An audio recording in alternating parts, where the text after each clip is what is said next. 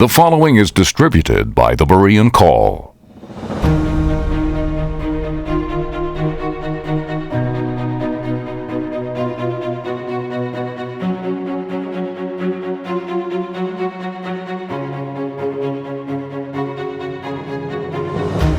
Fear then our wrath and the thunders of our vengeance, for Jesus Christ has appointed us, the popes, with his own mouth, absolute judges of all men, and kings themselves are submitted to our authority. Pope Nicholas I, 858 to 867. The Italians are exalted above all nations by the special grace of God, who gives them in the Pope a spiritual monarch, who has put down from their thrones great kings and yet mightier emperors, and set others in their place, to whom the greatest kingdoms have long paid tribute, as they do to no other, and who dispenses such riches to his courtiers that no king or emperor has ever had so much to give. Padua Provost and Professor Carrerio, 1626. It is the office of the papacy to tread underfoot kings and emperors. J. H. Ignaz von Dollinger. Chapter 16. Dominion over kings. The last identifying characteristic that John was given concerning the woman astride the beast was that she was a city which reigneth over the kings of the earth. Revelation 17:18. Could there be a city that actually reigns over the governments of the world? History bears witness that there was indeed such a city, and only one. That city was, of course, Rome, after its bishops began to call themselves Pope, and claiming to be the successors of the Caesars, took upon themselves the imperial powers of worldwide sovereignty. Consider, for example, the arrogant imperialism of Pope Alexander III, 1159 to 1181. Declaring that the power of the Pope is superior to that of princes, Alexander excommunicated Frederick I, Holy Roman Emperor, King of Germany and Italy. Attempting to chastise the Pope, Frederick's forces were defeated by the Pope's army. The chastened emperor came to Venice to beg forgiveness and absolution, promising to submit always to the Roman Church. Imagine a church ruling the world by military might. Fortunatus Ulmus, a Catholic historian, enthusiastically described the scene. Quote, "When the emperor arrived in the presence of the Pope, he laid aside his imperial mantle and knelt on both knees with his breast on the earth. Alexander advanced and placed his foot on his neck, while the cardinals thundered forth in loud tones, 'Thou shalt tread upon the cockatrice and crush the lion and the dragon.' The next day, Frederick Barbarossa kissed the feet of Alexander and on foot led his horse by the bridle as he returned from solemn mass to the pontifical palace. The papacy had now risen to a height of grandeur and power which it had never reached before. The sword of Peter had conquered the sword of Caesar." End of quote. As a swordsman, Peter had been signally inept. Aiming to cut off a head, he had instead severed an ear. Christ rebuked his erring disciple, healed the ear, and then allowed the armband to lead him captive on his way to the cross. The early church knew full well that Christians did not wield sword or spear in the defense of Christ. His kingdom, which is not of this world, must first be established in the hearts of those who believe in him as the Savior who died for their sins.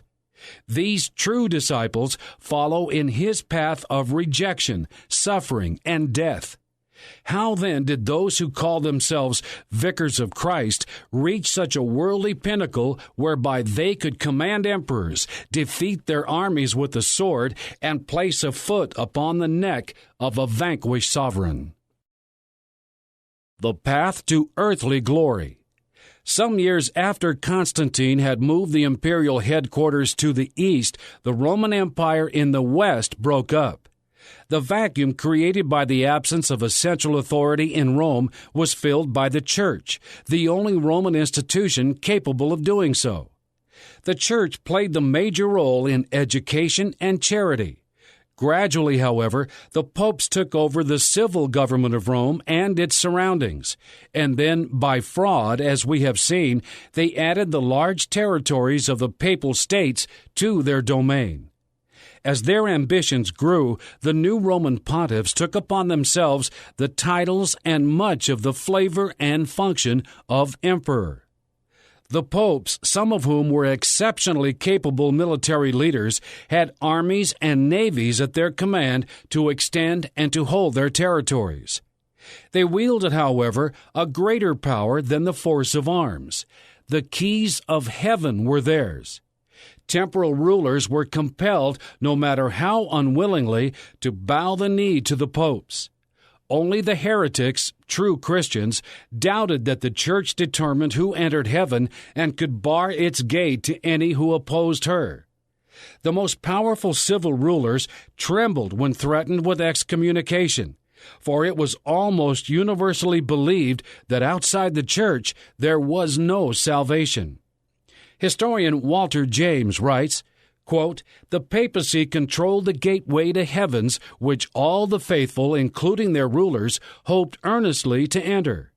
Few in those days doubted the truth of this, and it gave the popes a moral authority which has never been wielded since."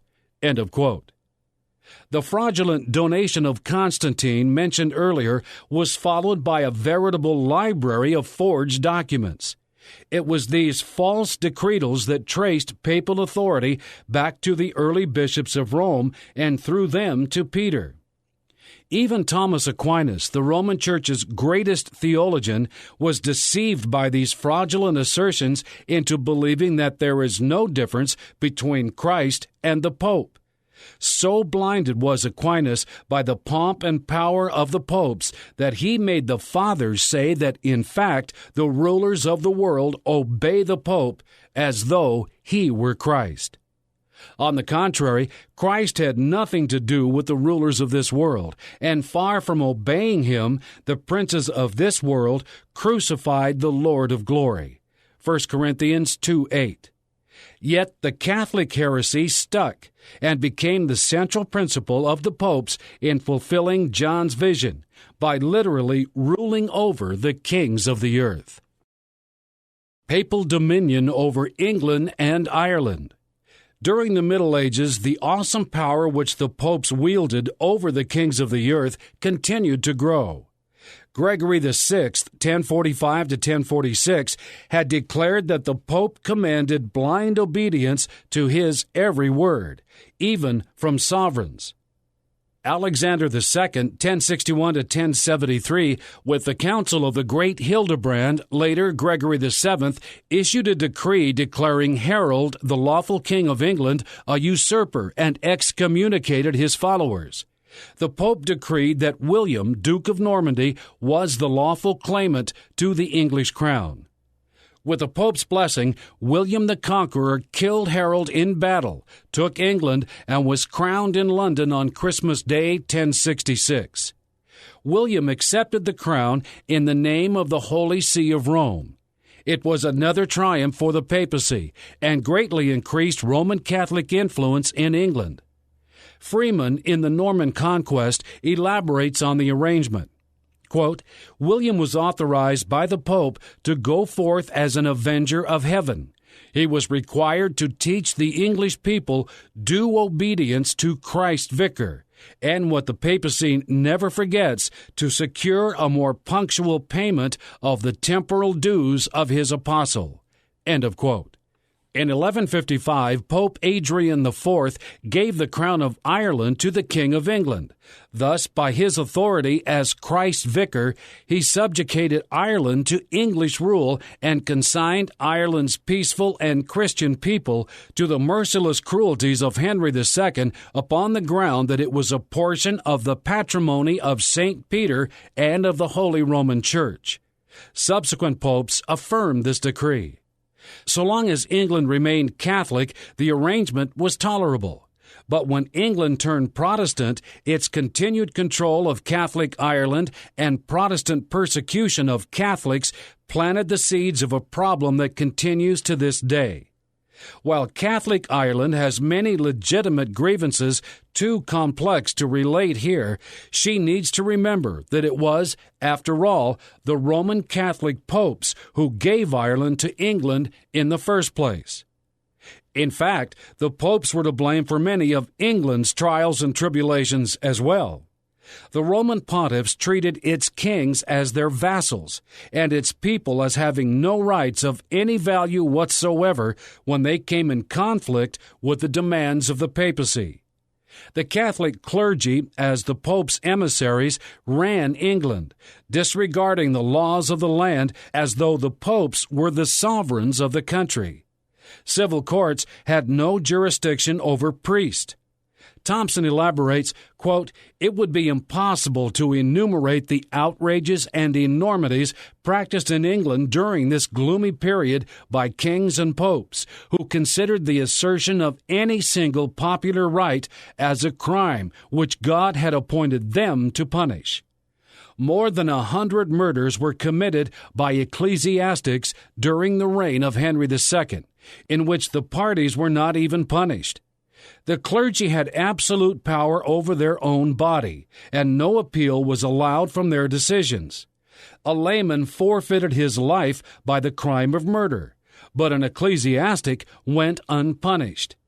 This was called one of the immunities of the clergy. When the king tried to change the law to deal with clergy, the Pope refused his sanction and denounced it as prejudicial to the Church and destructive of her privileges." End of quote. Looking back from today's perspective, such overt papal dominion over sovereigns seems inconceivable, but it was in fact the norm for that day. The popes literally ruled the entire known world for centuries, exactly as John's vision foretold. Pope Gregory VII, 1073 to 1085. Before he became pope as the famous Hildebrand, Gregory VII was the manipulating genius behind 5 other popes, including Alexander II. Gregory began his pontificate by asserting the right to dispose of kingdoms in imitation of the example set by Pope Gregory I, or the Great, nearly 400 years before. He declared that the power to bind and loose, granted by Christ to Peter, gave the popes the right to make and unmake kings, to construct and reconstruct governments, to wrest from those who disobeyed all the territory held by them, and to bestow it upon those who would hold it subject to papal authority. Had he not read Revelation 17:18? Gregory was the first pope to literally dethrone kings. If he decided to depose the German emperor, Gregory simply said, "To me is given power to bind and loose on earth and in heaven."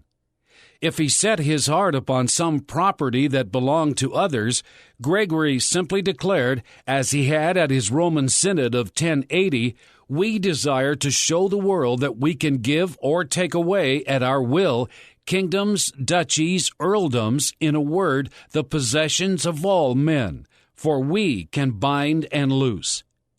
Picture, for example, in 1077, the humbled Henry IV, supreme head of the Holy Roman Empire and heir to Charlemagne, whom Pope Leo III had crowned emperor in 800, crossing the Alps and forced to wait in penitence, barefoot in a haircloth shirt in the snow outside the castle at Canossa to make his peace with Gregory VII.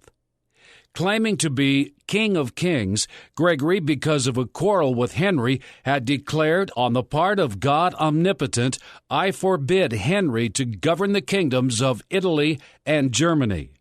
I absolve all subjects from every oath they have taken, and I excommunicate every person who shall serve him as king." Henry had no defense against that super weapon of the popes. Thus was established that magnificent whore portrayed by John in Revelation 17, headquartered in a city located upon 7 hills, verse 9, and which reigneth over the kings of the earth, verse 18. One 18th century historian counted 95 popes who claimed to have divine power to depose kings. There is no other city which meets these criteria.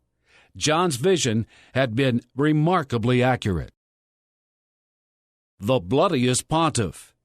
Of Innocent III, 1198 to 1216, whom he says, quote, encompassed Christendom with terror for close on 20 years, end quote, De Rosa writes, quote, he crowned and deposed sovereigns, put nations under interdict, virtually created the papal states across central Italy from the Mediterranean to the Adriatic. He had not lost a single battle. In pursuit of his aims, he shed more blood than any other pontiff. End of quote. Desiring to put Otho of Saxony on the German throne, Innocent wrote, quote, by the authority which God has given us in the person of St. Peter, we declare you king, and we order the people to render you in this capacity homage and obedience. We, however, shall expect you to subscribe to all our desires as a return for the imperial crown. End quote. Innocent III's proud spirit chafed at the thought that any earthly potentate should equal him either in greatness or authority. Therefore, he required that all disputes between princes should be referred to him, and if either party should refuse to obey the sentence of Rome, he was to be excommunicated and deposed, and a like penalty was to be visited upon those who refused to attack whatsoever refractory delinquent he should point out. As Eller and Morel remind us, quote, the papacy became not only the highest authority in respect of international jurisdiction, being entitled to judge kings and princes, but secular potentates also sought the Pope's sanction in major changes of their international position, such as acquisition of new territories or titles, end quote. John Lackland, King of England, made the mistake of having a violent quarrel with Pope Innocent III. After attempting resistance, he completely submitted to Rome, surrendering his royal crown to Pope Innocent III and received it back from him as a vassal of the Holy See. The document, dated May 15, 1213, is known as King John Lackland's Infeudation of Pope Innocent III. R.W. Thompson adds his insight, quote, forfeitures, interdicts, excommunications, and every other form of ecclesiastical censure and punishment were of almost daily occurrence. Even such monarchs as Philip Augustus and Henry IV quailed before him, that is, Innocent III. And Peter II of Aragon and John of England ignominiously consented to convert their kingdoms into spiritual fiefs and to hold them in subordination to him upon the condition of paying an annual tribute. End of quote. Yet more evidence. Gregory IX, 1227 to 1241, who established the Inquisition and the handing of heretics to the secular power for execution, thundered that the Pope was Lord and Master of everyone and everything. Innocent IV, 1243 to 1254, agreed because, as he argued, the popes did not get their dominion merely from the donation of Constantine, but already had it from God. Boniface VIII went further, and in his bull Unum Sanctum in 1302, in which he claimed authority over all temporal powers, made absolute obedience to the Pope a condition of salvation. By the time of the death of Roman Emperor Frederick Barbarossa, upon whose neck Pope Alexander III had placed his conquering foot, it had long been understood that nobody could acquire the imperial crown without coronation by the Pope. Emperor Charles IV secured peace and final harmony with the papacy by renouncing any imperial activity in the whole of Italy, leaving the popes to govern there, and this self-restriction was observed by subsequent emperors until the end of the Middle Ages. Pope Julius II, 1503 to 1513, furious because Louis VII of France wouldn't support him in his military campaigns, drew up a papal bull depriving him of his kingdom and giving it to Henry VIII of England, provided he proved his piety by supporting the Pope in his wars. Julius died before the bull was published. That pope's passion for fighting holy wars to extend the papal territories inspired Michelangelo, whom he hired to paint the ceiling of the Sistine Chapel, to pen the famous lines so apropos of Julius and many other popes. Quote, "Of chalices they make helmet and sword, and sell by the bucket the blood of the Lord." End quote. In a recent article in a national Catholic newspaper, a priest confessed, quote, "The Church was subverted by the ambitions of such men as Gregory VII, Innocent III, and Boniface VII into a politico-ecclesiastical institution wielding totalitarian power in both sacred and secular fields." End quote. He fails to mention that the dogmas and claims of Rome remain the same today as they were then. The Church has not changed, only circumstances force her to vary her tactics. The open threats and aggression of a Gregory VII won't work in today's world. Though wielded more subtly, however, the Vatican's power is no less effective today than it ever was. One author who spent a lifetime analyzing and writing about the Vatican concluded, quote, "The Vatican is the paramount superpower of our times. Its adherents, nearly 1 billion, can be made to operate in every corner of the world.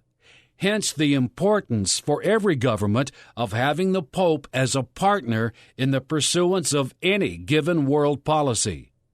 Vatican policies are directed by the Pope, who has neither Parliament, Congress, or Senate, or any similar democratic body limiting his decisions, powers, or policies.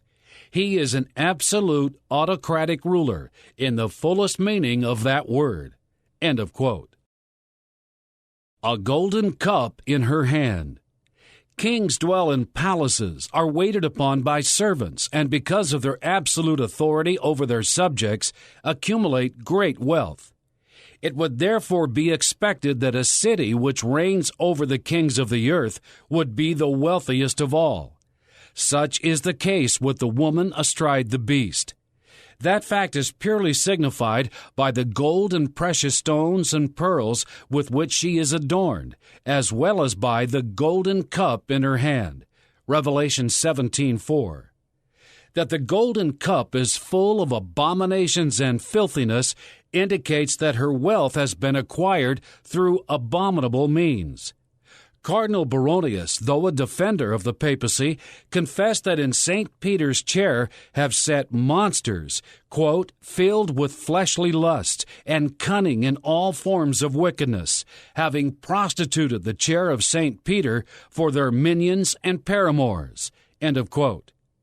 In his 16th century ecclesiastical annals, he wrote, quote, "The Roman Church was covered with silks and precious stones, which publicly prostituted itself for gold. Never did priests, and especially popes, commit so many adulteries, rapes, incest, robberies, and murders as in the Middle Ages." End quote. Petrarch, poet laureate of the empire, described the papal court in Avignon scornfully as the shame of mankind, a sink of vice, a sewer where is gathered all the filth of the world.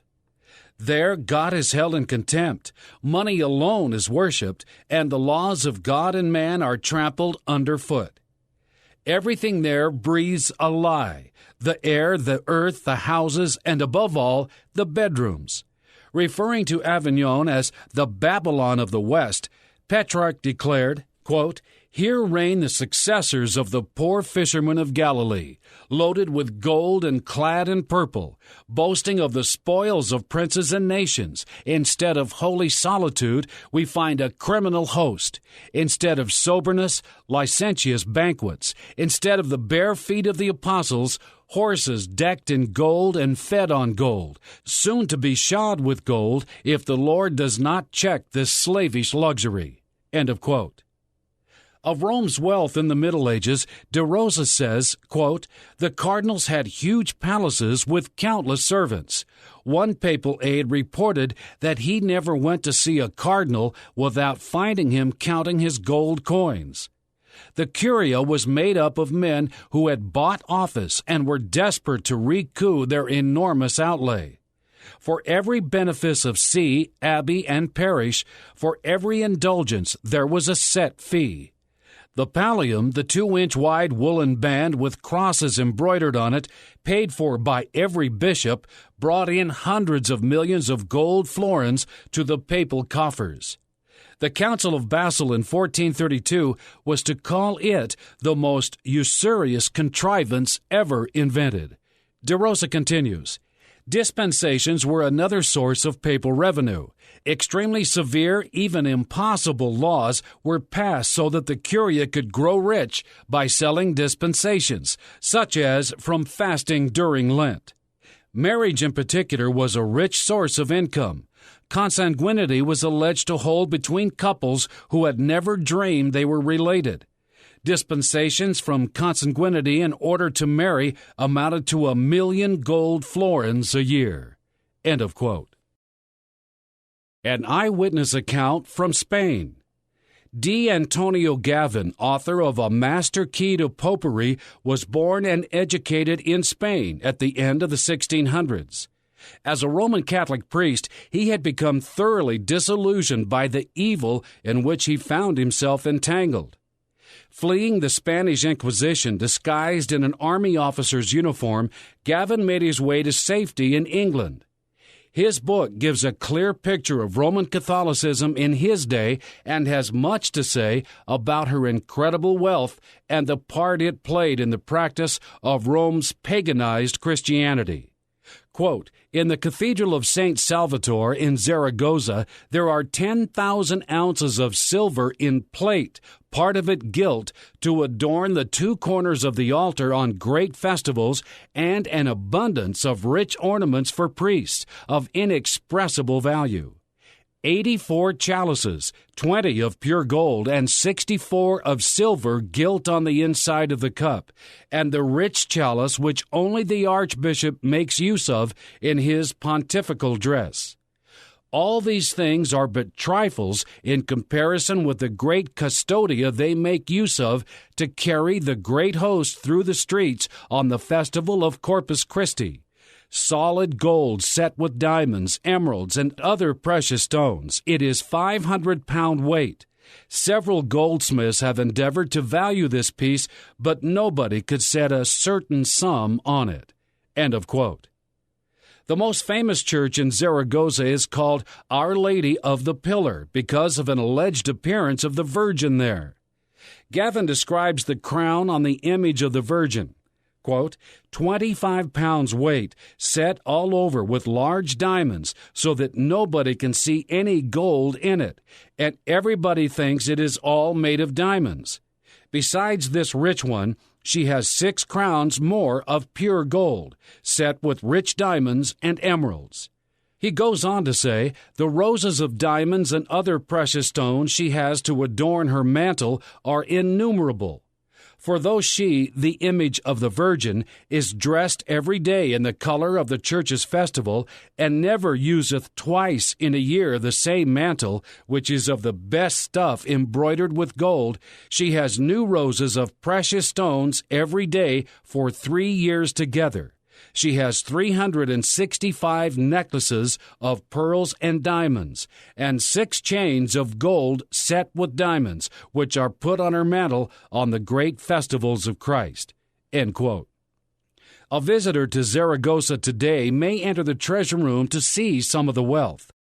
The Virgin has a different skirt for each day of the year, embroidered with gold and set with diamonds and other precious stones. Another image of silver 5 feet high is set with precious stones and wears a diamond-studded crown of pure gold. In the early 1700s, the Right Honorable Lord Stanhope, the general of the English forces, was shown the treasure. Gavin was present and heard the general exclaim, "If all the kings of Europe should gather together all their treasures and precious stones, they could not buy half of the riches of this treasury." Such was the wealth 280 years ago in one cathedral in one small city of Spain. The Vatican's incredible riches have been accumulated at the expense of the people in even the poorest countries. At the time of Mexico's Civil War, the Roman Catholic Church there owned from 1/3 to 1/2 of all the land of the nation and about 1/2 of all the property of Mexico City. Its revenues from tithes, masses, and the sale of devotional articles, such as statues, medals, rosaries, and the like, amounted to between $6 and $8 million annually, while its total revenues reached the astronomical figure of $20 million. This drain of the poor country of Mexico was equal to the operating expense of the entire United States government during these same years. We bring this lamentable recital to a close. There can be no doubt that John's remarkable vision had come to pass.